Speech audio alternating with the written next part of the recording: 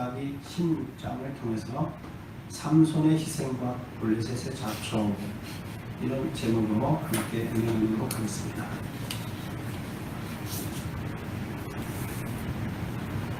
우리들은 다 개인마다 자기의 가치관이 있습니다. 여러분 다 가치관이 있죠? 가치관이 뭐냐? 간단히 설명해보면 이렇게 얘기할 수 있습니다. 내비게이션에 비교할 수 있어요. 내비게이션에 여기에서부터 출발점에서부터 어떤 목적지를 입력하고 갈 수 있는 길이 많이 있죠. 근데 내비게이션의 종류마다 길이 똑같은 방향으로 가지가 않습니다. 틀려요. 왜 틀릴까요? 그 안에 프로그램을 넣었는데 이 프로그램이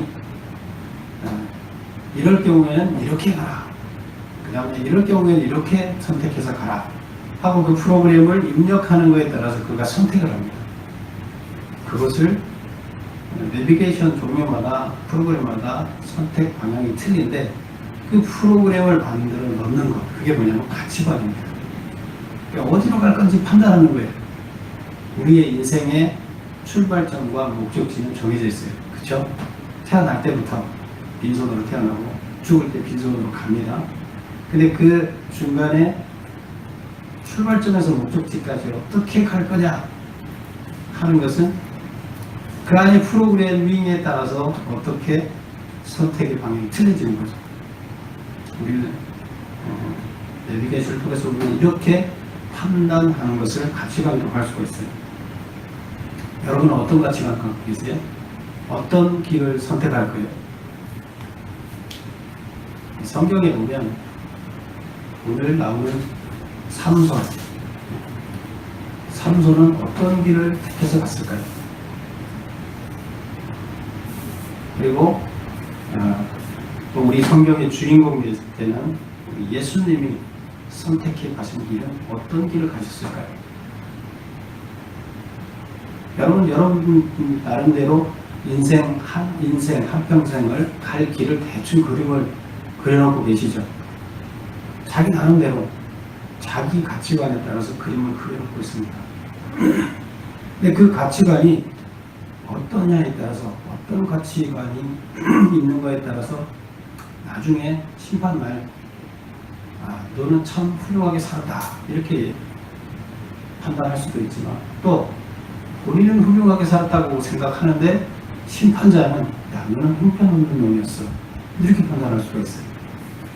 그럼 그 가치관이 나만 즐겁다 그래서, 나만 행복했다 그래서 그게 올바른 가치관이냐, 우리는 다시 한번 생각해 봐야 될 거죠. 근데 중요한 것은 우리의 심판자 되시는 분이 어떻게 우리의 가치관, 우리의 삶을 판단하느냐가 중요한 거죠. 그래서 나는 즐겁고 행복했다 할지라도 심판자가 야 너는 형편없는 놈이었어 그렇다 그러면 우리는 헛사는 거죠. 오늘 삼손을 보면 삼손은 죽을 때 참 비참하게 죽었어요. 눈이 다 뽑혔어요. 그리고 쇠사슬 차고 맷돌을 돌리고 목에서, 그러다가 마지막에 두 기둥을 잡아서 무너뜨려서 그 집이 무너뜨리는데 스스로 죽었어요. 그러면서 평생 동안 자기가 블레셋과 싸우면서 죽인 사람보다 몇 배가 많은 사람들을 그때 죽입니다. 그리고 블레셋을 자초시킵니다. 우리가 객관적인 시각으로 봤을 때 블레셋은 행복한 삶을 살았나요? 객관적으로 봤을 때 여러분 블레셋 같은 삶을, 삼손 같은 삶을 살고 싶은가요?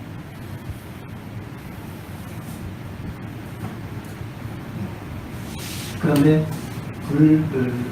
블레셋을 자초시키기 위한 삼손의 그 가치관, 하나님께서는 그 가치관에 높은 평가를 하십니다. 그리고 오늘날 이 성경에 남겨서 그가 이룬 기록들, 희생, 정신, 길이 우리한테 본받으라고 얘기해주고 있습니다. 하나님께서는 삼손의 그 삶, 그 가치관을 아주 높이 받으셨어요. 예수님은 어떻게 사셨어요? 예수님도 마지막 십자가에서 세상 사람들이 가장 조롱하는 그 형을 받으시고 고통스러운 인생을 마감하셨어요. 그런데 그 선택한, 예수님이 선택한 그 삶이 세상에 죽어가는 사람들 다 구원했어요. 삼손의 죽음은 누굴 구원했습니까? 고통당하는 이스라엘 백성들 다 구원했어요. 블레셋의 지배로부터 자유를 줬어요. 예수님이 죽어가는 세상 사람들로부터 세상 사람을 다 구원했듯이만, 그럼 예수님이 이 땅에 오실 때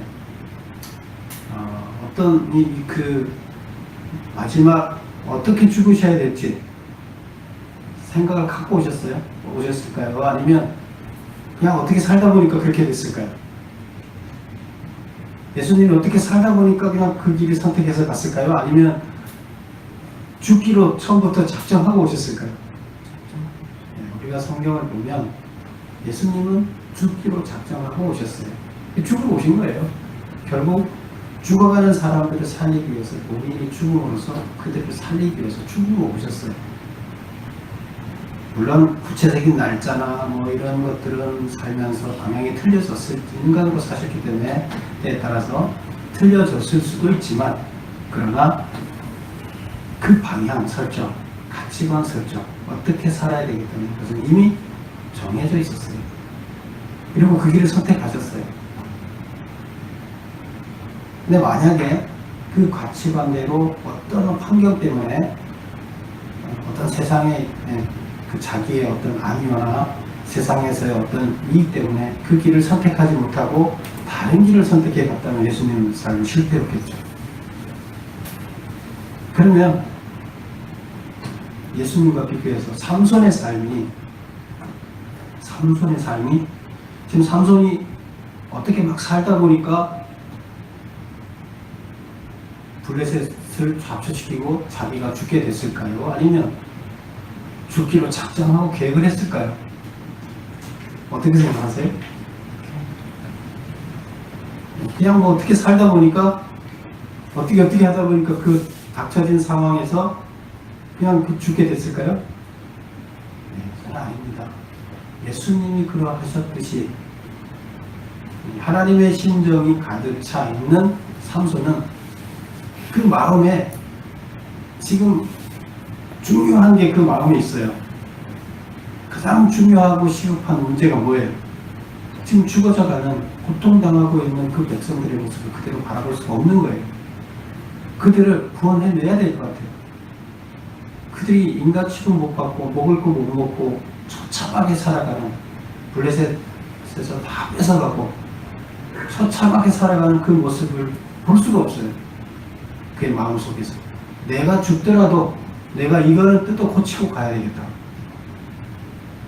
내가 죽더라도, 내가 죽어서라도 내가 어떻게 해서 이걸 뜯어 고칠 수 있을까? 고민을 하는 거예요. 쉽게 찾아질까요, 그게? 이스라엘 백성들은 어떤 상태예요?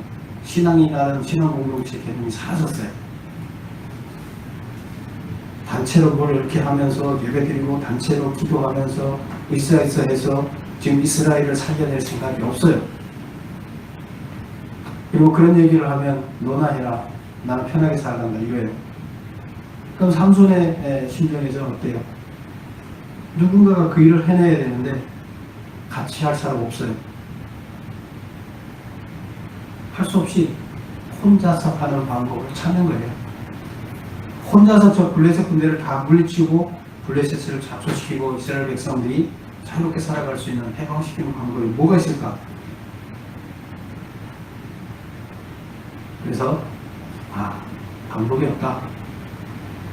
혼자서 할 수 있는 방법은 다 모아놓고 결국에 그 자리에서 내가 죽으면서 그들을 다 동시에 죽이는 방법이 최상의 방법이다. 그 길이 아니고 더 좋은 방법이 있으면 했겠죠. 없어요. 근데 과연 그 블레셋 백성들이 다 자기를 바라보면서 모여서 뭐 할 수 있을까요? 다 모일까요? 쉽지가 않아요. 그 방법도 고민을 하는 거예요. 어떻게 해야 될지. 삼손은 예수님이 십자가에 죽기를 작정을 하시고 구원하기 위해서 죽기를 작정하시고 계획하셨어요. 그게 예수님의 삶의 가치관이에요. 삼손도 이스라엘 백성들을 구원하기 위해서 자기가 죽기를 작정을 했어요. 그리고 그 방법을 찾아내고 행했어요. 이것이 삼손의 삶의 가치관이에요. 출발점에서 죽음에 도달하는 우리 목표는 똑같아요. 죽음이에요. 출발은 출생이고 그 내비게이션 가운데 어떤 길을 선택할지 이미 그 가치관을 선택했어요. 그래서 그 길을 우리가 지금 보고 있는 거예요. 그래서 오늘 마지막 삼손이 어떤 생각을 갖고 살았는지, 가치관을 살았는지를 오늘 마지막 죽음 현장에서 우리는 그걸 분명하게 볼 수가 있습니다. 그래서 그것을 살펴본 것이 16장이 되겠습니다. 자, 1절을 한번 볼까요? 삼손이 가사에 가서 거기서 한 기생을 보고 그에게로 들어갔더니 많은 사람들은 이걸 보고 이렇게 얘기합니다. 삼손이 나실인인데 또 여자 생각이 나서 자기 사는 동네에서는 못하고 먼 저기 자기 아무도 모르는 사람들이 있는 지역에 가서 기생집에 들어갔다 이렇게 봅니다. 그래서 아주 나실이면서도 타락한 자처럼 살았다. 그래서 벌 받으면서 비참하게 죽었다 이렇게 얘기를 합니다. 근데 그것은 성경을 자세히 읽어보지 않았기 때문입니다. 우리는 성경을 자세히 읽어보면 분명하게 하나님은 작가를 통해서 우리한테 교훈을 주고 있습니다. 자, 우리는 가사라는 지역이 어디나를 보면 그 블레셋에는 5개 성이 있었어요. 5개 성이 있었는데 그 5개 성 중에서 가장 번화하고 그 수도 비슷한 성이 가사예요. 그러면 우리는 지금 대한민국 하면 제일 큰 도시 서울 이렇게 딱 생각나잖아요. 블레셋 하면 가사. 그러면 가사는 서울은 한국의 얼굴이에요. 가사는 가사하면 바로 블레셋이에요. 가사 이꼴은 블레셋이에요. 거기로 들어갔어요. 적진으로 들어간 거예요. 그리고 기생집에 왜 들어갔느냐? 이제 1번에 메모를 해놨어요. 블레셋에 대한 선전포고를 하기 위해서 갔다. 이제 전쟁을 시작해야 돼요. 블레셋 사람들을 다 죽일 때가 됐어요. 자기도 죽고. 그러면 이제 블레셋 사람들 그냥 가만히 있으면 안 되잖아요. 다 모이게 만들어야 되는데 어떻게 모이게 만들 거냐? 그때 모이게 만드는 방법을 고민을 하다가 선전포고를 하러 가는 거예요. 갔더니 그 성에 가면 옛날 고대 성은 어떻게 돼 있어요? 성문을 들어가면 다 이렇게 울타리 같아서 아무 곳이나 막 들어갈 수가 없죠. 성이 쌓여 있어서. 그래서 성문으로만 출입이 가능한데 성문 입구에 가면 우리나라 같으면 성문 입구가 뭐예요? 시장이에요. 사람들이 많이 드나드는 게 시장이고 숙박업소도 거기에 있는 거고 그 다음 그 안에는 백성들이 살고 있기 때문에 외지인들이 왔을 때는 그 안에 못 들어가게 해요. 성문 입구에 있는 독이 이놈들이 정탐하러 왔는데 첩자인지 나쁜 놈인지 어떻게 알아요? 그래서 안으로는 안 들어보내고 그 입구에 있게 해요. 그리고 거기에서 나그네들이 지나가면 돈벌이 장소도 거기겠죠. 상가도 거기 있겠죠. 옛날에는 상가라는 게 특별한 게 없고 주로 이제 기생집들이 있은 거예요. 뭐 지나가는 사람들한테 음식도 팔고 뭐 이렇게 숙박도 하게 하고 이렇게 하는 집. 가장 어떻게 돈을 많이 버는 게 술을 파는 거잖아요. 그렇게 해서 성문 앞에 다 있었어요. 그러면 외지 사람들이 와갖고 그 성에 거하고 가려고 그러면 어디로 가야 돼요? 기생집은 무연고자인 나그네가 출입할 수 있는 유일한 곳이었다. 그리고 주로 성문의 입구에 위치해 있었다. 그럼 삼손은 당연히 어디를 가야 돼요? 기생집을 가야 돼요. 딴 데 갈 데가 없어요. 근데 만약에 자기가 연고가 있으면 그 앞에 그 안쪽에 자기 친척이 살고 있다. 그러면 성문에 가 있으면 친척 연락해서 나오겠죠. 그 맞아서 친척이 데리고 들어가면 성문에서 오케이를 해줘요. 근데 그렇지 않으면 외지인이 감히 안에 들어가서 살 수가 없으니까 기생집에 가서 자야 돼요. 그리고 삼손이 어떤 존재예요? 블레셋 군대 메인 주력군 1000명을 쳐 죽인 자잖아요. 삼손이 가면 성문에서 알겠어요, 모르겠어요? 바로 알아보는 거예요. 삼손이 블레셋 가사에 있는 기생집에 간 이유는 이제 선전포고를 하러 간 거예요. 그리고 가사로는 선전포고를 하러 갔고 기생집은 당연히 가사에 가서 머물라고 하니까 기생집에 머물러야 되는 거예요. 삼손이 입성했다는 소문이 들렸어요. 블레셋 사람들은 어떻게 했습니까? 2절 보면 가사 사람들에게 삼손이 왔다고 알려지니 그들이 곧 그를 에워싸고 밤새도록 성문에 내복하고 밤새도록 조용히 하며 이르기를 새벽이 되거든 그를 죽이리라. 한두 명이 모인 건 아니겠죠. 블레셋 군인들이 주변에 내복을 다 하고 삼손이 워낙 1000명 죽일 때 삼손 하나도 안 다쳤어요. 자기들 지금 1000명이 와서 지금 삼손을 또 죽일 수 있을 거라 생각해요? 안 될 거라 생각해요. 그러면 방법은 뭐예요? 내복해 있다가 잠들었을 때 몰래 죽이는 방법밖에 없어요. 그래서 몰래 주변을 에워싸고 밤새도록 내복하고 있다가 기다렸다가 새벽이 되면 깊이 잠들었을 때 죽자. 이렇게 계획을 세워놓고 있는 거예요. 그런데 삼손은 그들의 계획을 다 아는 것 같아요. 3절에 보면 삼손이 밤중까지 누워있다가 그 밤중에 일어나 새벽이 되기 전에 한밤중에 일어나서 성 문짝, 문설주라는 건 문짝 틀이죠. 바깥에 틀, 그 다음에 빗장. 문짝이 두 개는 이렇게 잠궈야 되잖아요. 서로 이렇게 잠그는 게 빗장이잖아요. 그래서 문짝, 문설주, 빗장, 성문을 통째로 떼갖고 어깨에 메고 헤브론 앞산 꼭대기로 가져가 버렸어요. 새벽이 되기 전에 밤에 그것을 떼가지고 어깨에 둘러매고 헤브론까지 가고 헤브론까지는 수십 킬로가 돼요. 지금 가사는 어디예요? 블레셋을 상징하는 게 가사예요. 그러면 헤브론은 어딜까요? 우리 성경에서 창세기에 보면 헤브론에 뭐가 있죠? 기억나요? 야곱이 아브라함도 거기 묻혀 있고 야곱도 거기 묻혀 있고 그 조상들의 묘가 다 묻혀 있는데요. 헷 족속의 땅을 사서 그 헤브론에 장사 지냈어요. 요시 거기 있어요. 그러면 이스라엘의 기본 뿌리가 묻혀 있는 거죠. 근데 그때 거기에 거기다가 모아서 성산을 만들 때 어떻게 왜 만들었죠?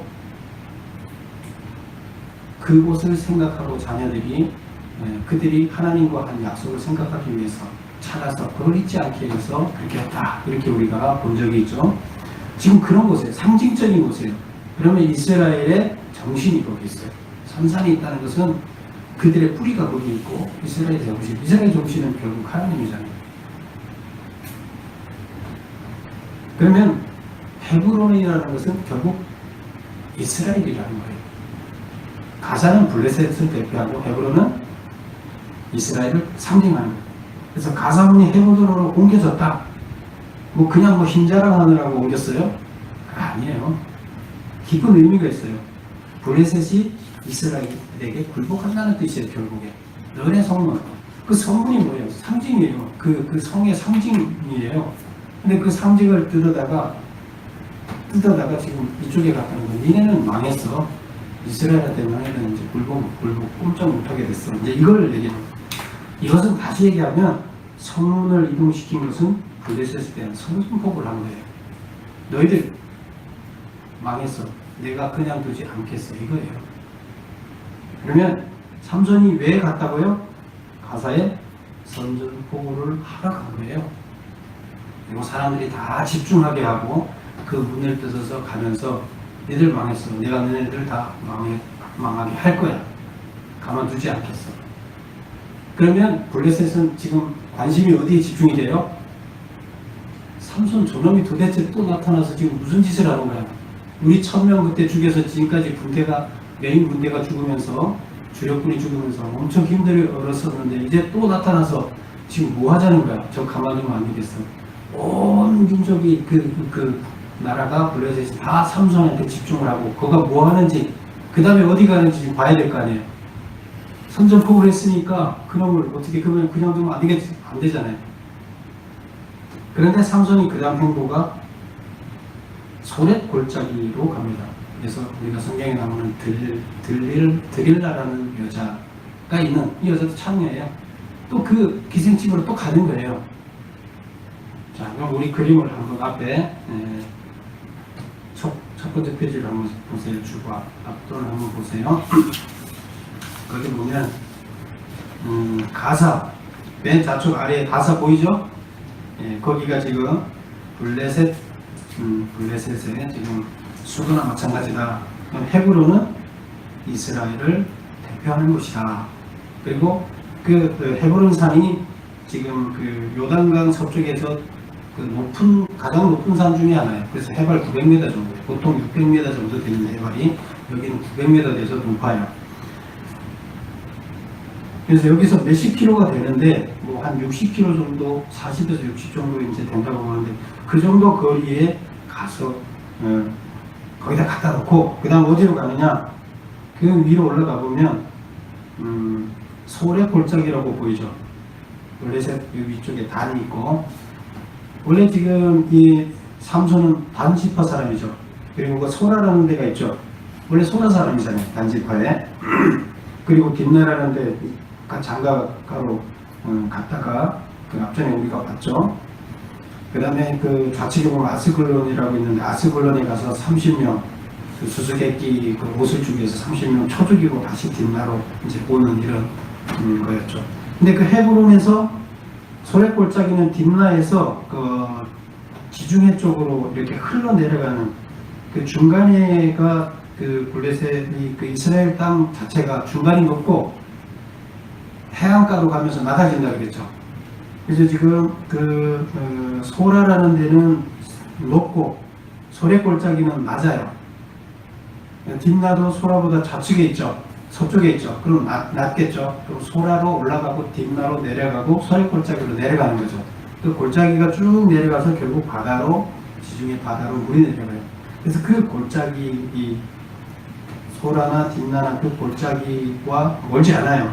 그 딥나나 소라가. 그래서 소렛 골짜기로 갔어요. 근데 소렛 골짜기는 일단 지금 여기 소렛 골짜기에 간 그 지금 삼손이 간 지역은 블레셋 땅이에요.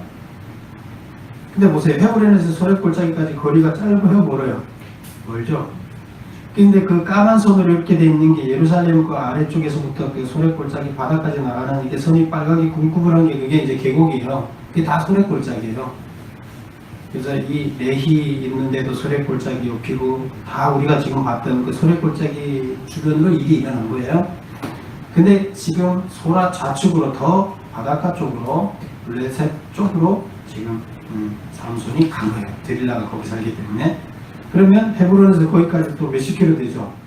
갔어요. 그럼 결국에 가사는 맨 남쪽에 있고 블레셋에 소렉은 맨 북쪽에 있어요.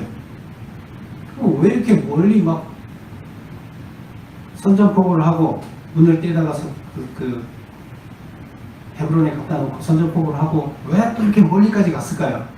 그냥 가사로 다시 가서 싸우든가 하면 되지. 왜 소렉까지 멀리 갔을까요? 지금 블레셋 사람들의 관심은 온통 모든 그 백성들의 관심이 다 여기 쏠려 있죠. 남쪽에서 북쪽까지 가면 어떻게 되겠어요? 전 나라 국민들이 다 관심을 쏠리게 만드는 거예요. 그냥 한 군데 가면 그 주변 그 도시 사람들만 관심을 가질 거 아니에요. 5개 성의 사람들이 다 관심을 갖는 거예요.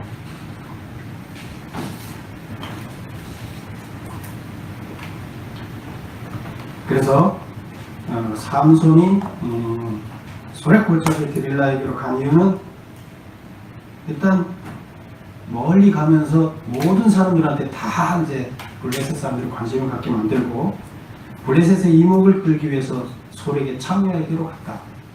만약에 그냥 일반 집으로 들어가면, 일반 어떤 여자 집으로 들어가면 누구나 다닐 수 있는 지역이 아니죠.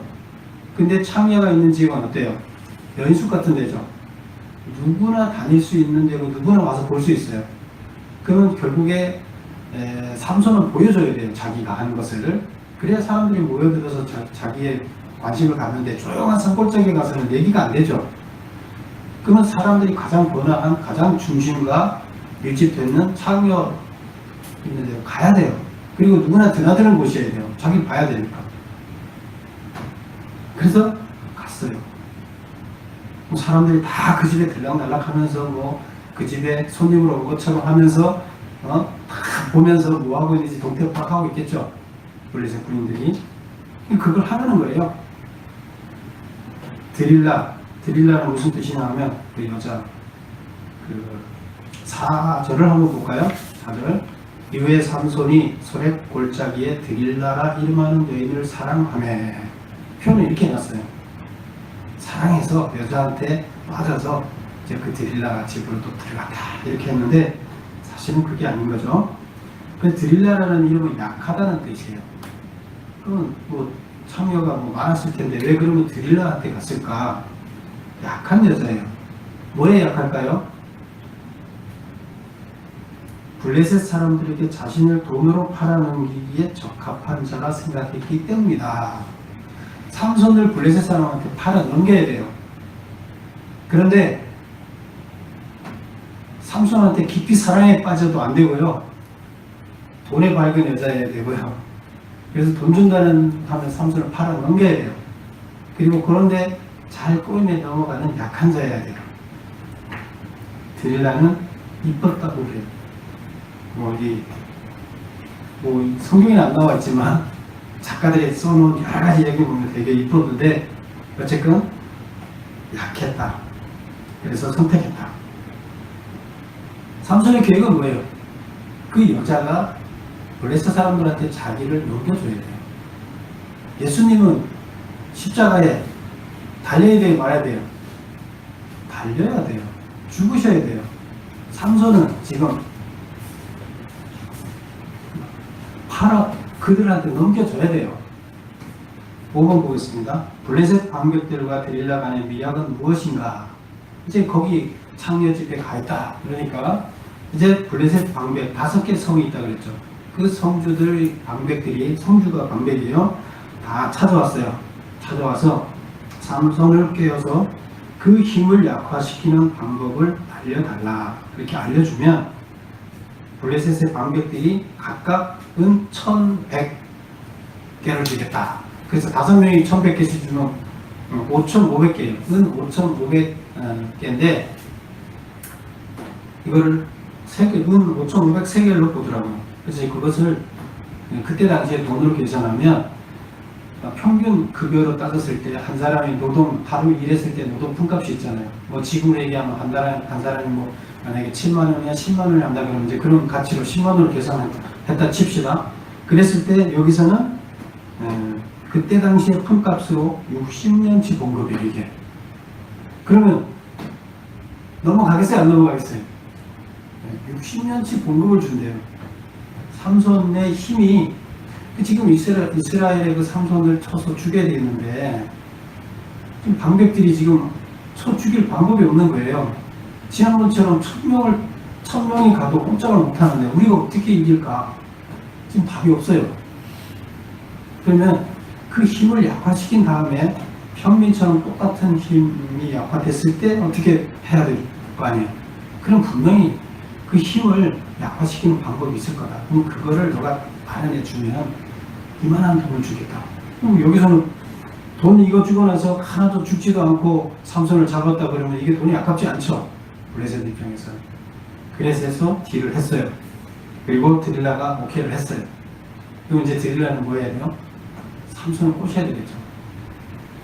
그래서 알려달라. 온갖 수단을 다 동원해서 알려달라고 합니다. 근데 삼손은 이미 그 내용을 알까요? 모를까요? 그렇게 할 것을 알고 있는 겁니다. 그럴 목적으로 갔기 때문에. 그런데 6번 보세요. 드릴라가 힘이 약해지는 방법을 물었을 때 삼손의 대답은 무엇이냐? 언제 그 힘이 약해졌는가? 삼손은 대답을 한 번에 알려주지 않았어요. 네 번째 가서 알려줬어요. 그 네 번째 거를 행했더니 그 힘이 약해졌어요. 그 알려준 게 뭐냐면 마르지 아니한 새 활줄 7, 활을 쏠 때 이렇게 활줄이 단단하잖아요. 그래서 그 활줄 7을 꼬아서 그걸로 나를 결박하면 내가 못 푼다. 그러면 내가 힘이 약해진다. 내 강한 힘이 사라진다. 그래서 보통 사람과 같아진다. 근데 했더니 안 됐어요. 근데 그럴 때 블레셋 군대가 그 방에 몰래 숨겨놨다 그랬어요. 왜? 힘이 약해지면 바로 잡으려고. 그러니까 또 쏘았어요. 그러니까 자녀가 다시 그래요. 그러면 또 속였잖냐. 정말 알려달라. 두 번째, 쓰지 아니한 새 밧줄들로 나를 결박해봐라. 또 안 됐어요. 그러면 머리털 7가닥을 배틀의 말실로 섞었잖아. 우리 배틀 알죠? 배틀 3배자는 이때 여기도 이제 배틀을 썼는데 배틀에 들실과 날실이 있어요. 날실은 배틀에 이렇게 길게 되어 있는 게 날실이고 들실은 좌우로 이렇게 왔다 갔다 하면서 짜는 거예요. 이렇게 돼 있으면 위아래로 한 번씩 이렇게 발을 당기면 위아래로 이렇게 바꿔지면서 그 사이로 들실을 넣으면 돼요. 근데 날실, 길게 된 이 날실, 머리카락을 자기 머리카락으로 날실을 만들어서 짜라. 그러면 된다. 했는데 그 힘이 약해지잖아요. 그래서 이 여자가 나 사랑하지 않지 않느냐, 왜 나를 속이냐, 이렇게 합니다. 그러면서 이제 마지막에 머리털을 밀라 이렇게 얘기합니다. 삼손이 머리털을 밀면 힘이 약해진다. 그래서 머리털을 밀고 괴롭혀봤더니 힘이 없어졌어요. 그래서 이제 테스트를 다 해보고 이제 방백들한테 몰래 이제 알리는 거죠. 지금 얘기한 핸드폰 하는 거죠. 힘이 약해졌다. 와서 잡아라. 그리고 돈 나한테 갖다 줘라. 그렇게 와서 결박을 합니다. 결박을 해 갔습니다. 삼손 잡혀갔어요. 7번 보세요. 삼손의 힘이 약화된 진짜 이유는 무엇일까? 뭐 때문일까? 머리를 잘랐기 때문일까요? 근데 성경에 한번 우리 찾아볼까요? 왜 힘이 약해졌는지. 자, 20절 한번 보세요. 20절 같이 한번 볼게요. 드릴라가 이르되 삼손이와 블레셋 사람이 당신에게 들이닥쳤느니라 하니 삼손이 잠을 깨며 이르기를 내가 전과 같이 나가서 몸을 떨치리라. 내가 확 해서 그들을 가만두지 않겠다 하였으나 여호와께서 이미 자기를 떠나신 줄을 깨닫지 못하였더라. 여기서 분명하게 표기하고 있어요. 뭐 때문에 힘이 약해졌어요? 여호와가 떠났기 때문에. 그러면 그동안 힘이 있었던 것은 뭐 때문에? 여호와가 함께 하시기 때문에. 여호와가 계시면서 필요할 때 힘을 쓰게 해준 거예요. 그러나 여호와가 떠났기 때문에 그 괴력이 안 나오는 거예요. 그 힘이 그한테서. 그러면 힘의 원천은 뭐예요? 하나님이에요. 머리털이 아니에요. 머리털을 잘랐기 때문이 아니라 하나님이 떠나셨기 때문에 힘이 약화된 것이다. 단지 하나님이 떠나신 시기가 머리털을 자른 때와 맞았을 뿐이다. 삼손이 힘이 약화되는 이유를 거짓으로 누차 말한 이유는 삼손이 몰랐을까요? 힘이 언제 약화되는지? 정확히 모를 수는 있어요. 그러나 어느 시점에 하나님이 분명히 떠나실 거라고 생각을 하고 있었어요. 하나님이 떠나시는 시기를 기다리기 위함이었다. 이런저런 이유를 계속돼서 해봐라 자꾸 물으니까 가만히 있으면 되는데 물으니까 언젠가 이들이 자기를 잡아가야 되는데 그 힘이 살아있으면 자기가 고통당하면서 눈 뽑히고 하겠어요?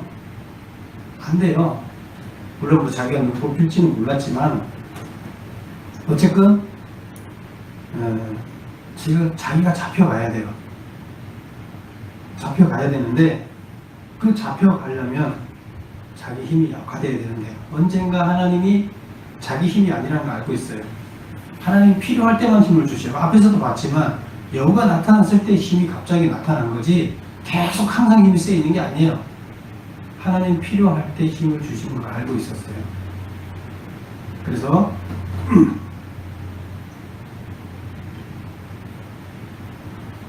삼손도 그 힘이 언제 빠질 건지는 정확히 모르지만 하나님이 자기를 떠나서 고통을 당하는 시기가 올 거라는 걸 알고 있었고, 약화되는 시기를 거짓으로 누차 말한 것은 하나님 떠나는 시기를 기다리기 위함이었다. 하나님은 떠나는 시점이 있을 거라고 알고 있었고요. 하나님이 떠나신 후 삼손은 어떤 고통을 당했는가? 어떤 고통을 당했어요? 눈을 빼고 노줄로 매고 목에서 맷돌을 돌리게 하였다. 그래서 삼손이 눈이 다 뽑혔어요. 이때 당시 눈은 적군 장수들을 만나면 그가 다시 이제 자기들을 무력화시키지 못하게 하기 위해서 눈을 뽑았어요. 눈을 뽑으면 못하잖아요. 뭘 보지 못하니까. 그게 적군의 수장들을 그렇게 했어요. 히스기야 왕이 바벨로니아에 잡혀갈 때도 두 눈을 뽑았었고 쇠고랑처럼 갔어요. 삼손도 똑같이 그렇게 가버려요. 삼손도 대충 그렇게 될 거라 예상을 했죠. 그 전례가 그러니까 그때 당시에 전쟁하고 나서 지면. 그리고 노줄로 묶어서 쇠로 묶은 거예요. 옥에 갖다 놓고 그 맷돌은 연자 맷돌은 속아 돌리는 거예요. 그런데 눈도 뽑고 묶어놓고 다리만 풀어놓고 맷돌을 속아 돌리는 맷돌을 돌리게 하는 거예요. 평상시 힘이 있어요, 없어요? 평상시 그렇게 힘이 세지 않아요. 엄청 힘든 곤욕을 당하고 있습니다.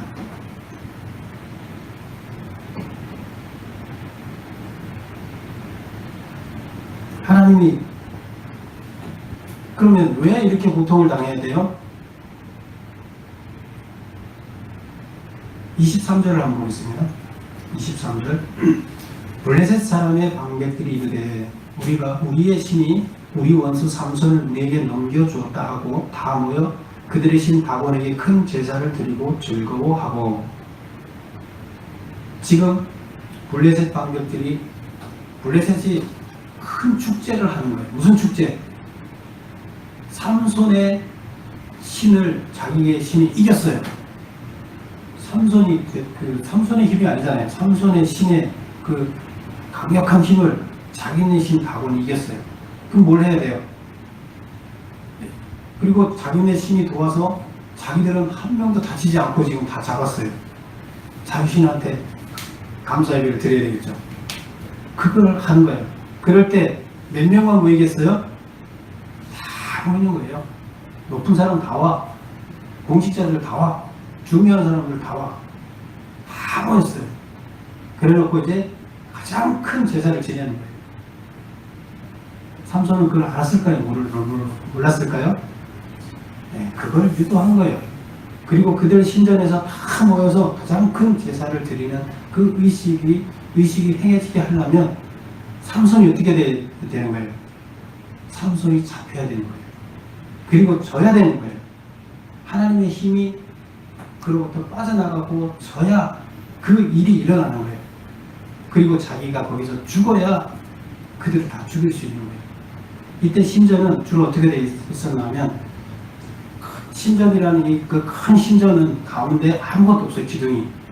그리고 신전 단 앞에 큰 그 기둥 2개만 세워놓고 그 중간에 신전 특징상 이게 여기에 막 기둥이 서 있으면 안 되잖아요. 예배 장소에. 그래서 여기에 단상 앞에 큰 기둥이 있어요. 그거가 무너지면 이 지붕이 다 내려앉는 거예요. 그런 구조로 되어 있었어요. 그래서 지금 소년한테 자기를 부축해 갖고 있는 소년한테 나를 그리로 안내해달라. 춤을 추라 막 그래갖고 우리 신이 다곤 신이 이겼다. 삼손 나와라 춤추라 해서 다 했어요. 그리고 하나님한테 기도를 했습니다. 28절 보겠습니다. 삼손이 여호와께 부르짖어 이르되 주 여호와여 구하오나니 나를 생각하옵소서. 하나님이 구원하옵소서. 이번만 나를 강하게 하사 나의 두 눈을 뺀 블레셋 사람에게 원수를 단번에 갖게 하옵소서 하고, 삼손이 집을 버틴 두 기둥 가운데 하나는 왼손으로 하나는 오른손으로 껴 의지하고, 삼손이 이르되 블레셋 사람과 함께 죽기를 원하노라 하고 힘을 다하여 몸을 굽혀 그 집이 곧 무너져 그 안에 있는 모든 방백과 온 백성에게 덮이니 삼손이 죽을 때에 죽인 자가 살았을 때 죽인 자보다 더욱 많았더라. 하나님이 허락한 삼손의 블레셋 좌초 배역은 무엇이었느냐? 삼손이 계획을 세웠어요? 하나님이 세웠어요? 여러분 어떻게 생각하세요? 이렇게 해서 죽으면서 한 사람을 죽임으로 인해서 블레셋 사람들 다 죽는 이 일을 삼손이 계획했을까요? 하나님이 계획했을까요? 하나님이 야 너 죽어라 하고 계획해갖고 너 죽여서 보냈을까요? 하나님 본인이 죽긴 했어요. 근데 누구를 그렇게 강제로 죽음으로 밀어는 하나님 아니에요. 그렇다면 삼손이 지금 대안이 없습니다. 제가 이렇게 해서 내가 죽으면서 이들 다 무너뜨리겠습니다. 하나님 허락해 주십시오. 하나님 심정은 어떻게 했어요? 하나님도 억장이 무너지죠. 알았다. 그러나 악을 그렇게 하고 선을 다시 살리고 하나님의 자녀들을 다시 일으키는 방법이라고 하면 허용하겠다. 삼손을 이기게 한 신에게 제사를 드리기 위해서 블레셋의 주요 요직자가 모두 신전에 모이도록 한다. 계획이 이거예요. 모이게 한다. 삼손이 그 기둥을 무너뜨리며 죽는다. 그때 모든 참석자도 죽어서 블레셋의 회생을 불가능하게 한다. 이게 무슨 누구 계획이요? 삼손의 계획이었어요. 그리고 하나님한테 승인을 받고 그 계획을 실행했습니다. 결국 자기 이 이스라엘 백성을 살리기 위해서 자기가 죽을 수밖에 없는, 지금 이 길밖에 없다. 이게 유일한 방법이다. 하나님이 왜 그런 기적을 일으켜서 아무 일도 없게 하고 삼손도 안 죽고 그들 다 쓸어버리면 되지 왜 그렇게 안 하셨어요? 하나님도 이 땅에 자기가 왜 인간으로 와서 죽어요? 그냥 다 살려내고 상대방 다 죽이면 되지. 하나님은 정의의 하나님이고 법의 하나님이에요. 하나님이 세우는 정의의 법 그대로 지키십니다. 이 땅에서 하나님이 다 그렇게 개입하면 무슨 의미겠어요? 악과 선이 싸울 필요가 뭐가 있어요? 우리가 자식을 키울 때 아무 고통 안 겪고 해갖고 다 좋게만 해서 키우고 자식이 똑바로 자랄 것 같아요? 아니에요. 그들이 다 어려움을 겪고 하면서 깨달아야 되는 거예요. 왜 지금 뭐 대기업들 자신 자녀들도 왜 그 나쁜 짓 하고 그러는지 아세요? 그 과정이 없기 때문이에요. 하나님은 하나님의 자녀가 온전히 서기를 바라요. 아프지만 그 고통도 당해보고 온전히 선이 뭐고 악이 뭐고 스스로 하나님과 같아서야 되잖아요. 하나님의 진리가 뭔지 깨닫고 하나님처럼 같은 심정으로 일해야 할 그 자녀가 다음 이 세상을 이끌어갈 자녀가 아무것도 모르면 되겠어요? 왜 하나님은 욥한테 그 고통을 당하게 했어요? 그리고 깨닫게 하셨어요. 하나님의 심정을 알고 세상을 바로 치유하고 통치하기 위해서는 어떻게 해야 돼요? 그 과정이 없으면 안 되는 거예요. 깨달아질 수가 없는 거예요. 자녀 맡겨놓는 그런 자녀들한테 아무것도 안 시켰던 자녀들한테 맡겨놓으면 그들이 나중에 뭘 하겠어요? 말아먹는 일밖에 더 하겠어요? 하나님은 하나님의 법에 따라서 정의와 온전한 선과 악, 정의, 심판 이 모든 법에 따라서 그대로 진행하십니다. 삼손은 바로 그 하나님의 법 가운데서 악을 물리치는 방법은 자기의 희생을 통해서 그 길밖에 없다. 그 길을 찾아서 희생합니다. 그리고 결국 블레셋을 좌초시키고 얼마 기간 동안 보세요. 16절 끝에 보세요. 삼손이 이스라엘의 사사로 20년 동안 지냈다. 그래서 이렇게 하고 난 다음에 블레셋이 좌초됐죠. 다 죽었죠. 다시 이스라엘 괴롭힐 수 있을까요? 20년 동안 괴롭힐 수 없어요. 그런 상황이 주어졌습니다. 그리고 이제 사무엘이라는 사람으로 다시 바탕이 이어집니다. 우리의 가치관은 어떻게 됩니까? 지금 하나님께서 원하시는 사람, 찾는 하나님의 아들들은 어떤 사람이냐? 바로 자기 혼자의 안일과 평안을 위해서 사는 사람이 아니라 하나님이 이 땅에 보낸 이 하나님 자녀들의 공동체를 살리기 위해서 뭘 어떻게 해야 되는지 그 역할을 감당하는 사람한테 하나님은 뭘 하십니까? 상을 주십니다. 그리고 그는 그런 자녀를 찾으십니다. 우리들의 가치관은 내 하나의 아들에 있어서는 안 돼요. 이때 당시 이스라엘 백성들은 다 자기 아들을 찾아서 갔지만 삼손은 하나님의 뜻에 합당한 가치관을 가지고 하나님의 기뻐하는 자로 살았습니다. 여러분도 이 땅에 지금 악 가운데 살고 있습니다. 여러분들이 뭘 선택하고 어떻게 가야 할지 고민하고 하나님의 뜻에 합당한 삶을 사는 여러분이 되시기를 축원합니다. 기도하겠습니다.